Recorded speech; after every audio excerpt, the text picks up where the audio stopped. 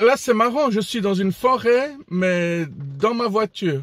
Bah oui, mais il pleut, je suis obligé de rester à l'abri.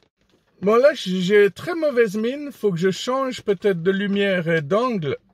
Oh, regardez, ça va être difficile de le sortir de là, lui. Bon, c'est pas encore ça, mais c'est légèrement mieux. Dans ma dernière vidéo, je vous ai parlé de quelque chose qui s'était passé il y a 2 semaines. Aujourd'hui, je vais vous parler d'un événement qui s'était passé il y a 2 ans.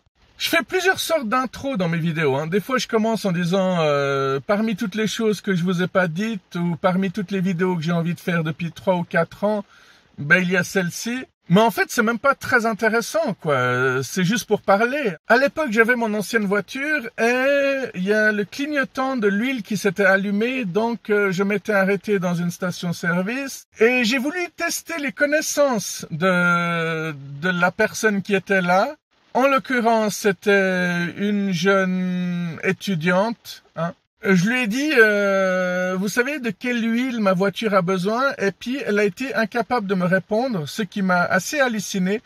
Parce qu'à l'époque où moi, j'ai travaillé en station-service, j'étais au courant de tout. Bon, déjà, dès que mon patron n'était pas là, j'essayais pas de faire du chiffre, mais de fidéliser les clients. Ça veut dire que j'essayais pas de vendre les trucs les plus chers, j'essayais de vendre les trucs dont le client avait besoin. Et c'est sans doute pour ça qu'il revenait régulièrement me voir, moi. C'est arrivé une fois qu'il y ait un collègue en train de servir des clients, et puis il avait dit à quelqu'un, vous pouvez passer à ma caisse, et la personne avait répondu, non, j'ai pas envie, je veux voir le monsieur là. Ouais, c'est touchant, ce genre de truc. Mais bon, après, tu te fais des ennemis, parce qu'évidemment, le collègue, il a accumulé beaucoup de jalousie, et puis un jour, il m'a frappé. Mais ça, c'est encore une autre histoire que je vous raconterai une autre fois. Enfin, si ça vous intéresse.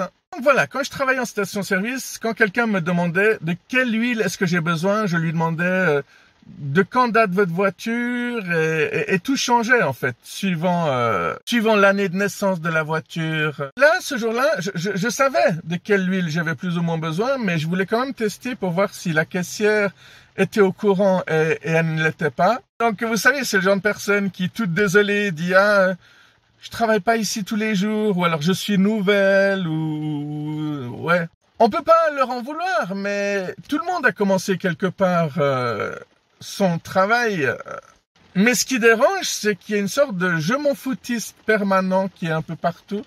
Tu sens que la personne a envie de te dire « Bah, débrouillez-vous, quoi. Moi, je suis là juste pour vous servir et pour encaisser l'argent, quoi. Pas pour vous conseiller, bordel de merde. » Après avoir acheté l'huile, je suis retourné à ma voiture, j'ai ouvert le capot, et là, j'ai pas réussi à ouvrir le bouchon. Alors, je suis pas le mec le plus masculin, ça c'est sûr, je suis pas le mec le plus costaud, le plus fort. C'est pas pour cette raison-là que je mets des porte-jartelles, ça c'est encore une autre histoire. Que je vous raconterai si ça vous intéresse. Non mais si jamais il y a une référence à une chanson, Lola des Kinks, si jamais, pour votre culture, pour ceux qui connaîtraient toujours pas. Et comme j'avais jamais changé l'huile dans cette voiture-là, je me suis demandé s'il n'y avait pas un système spécial pour déverrouiller, pour ouvrir le bouchon, quoi. Donc là, j'ai utilisé ma grande sociabilité et toutes les autres personnes qui s'arrêtaient à la station, je leur parlais de mon problème. Et j'ai essayé de voir si quelqu'un avait une solution. Donc il y a ceux évidemment qui disent je sais pas, ou qui sont pressés ou qui s'en foutent complètement. Après il y a ceux qui sont venus, qui ont essayé de m'aider, qui ont pas réussi non plus. Après il y a une personne qui m'a dit mais il faut attendre d'abord que le moteur se refroidisse. Mais bon, il disait ça sans savoir de quoi il parlait en fait. Parce que mon moteur était pas si chaud que ça. C'est pas comme si j'avais roulé pendant des heures. Après, ce qui m'a marqué, c'est que j'ai vu un couple et eux, ils m'ont dit si jamais on va justement voir un ami garagiste, est-ce que tu veux qu'on te dépose? Ils se sont montrés gentils, ils se sont montrés ils ont commencé à me tutoyer, ces espèces de petits cons. Je déconne, ça c'était chou. Je les insulte maintenant parce qu'ils m'ont quand même fait un coup fourré. Ils m'ont dit, écoute, est-ce que tu veux qu'on te prenne avec nous et qu'on te dépose ou est-ce que tu veux qu'on le ramène avec nous ou qu'on revienne avec la solution? Bref, c'était un peu trop beau pour être vrai et c'était pas vrai, justement. Parce qu'une fois qu'ils sont partis, ils sont pas revenus. Ils sont ni revenus avec la solution, ni avec leur pote garagiste. Et je me demande qu'est-ce qui se serait passé si j'étais monté avec eux pour aller voir le pote garagiste. De toute manière, on aurait dû revenir à ma voiture, ou alors je me serais tout simplement fait kidnapper et torturer. C'est un truc d'époque, ça.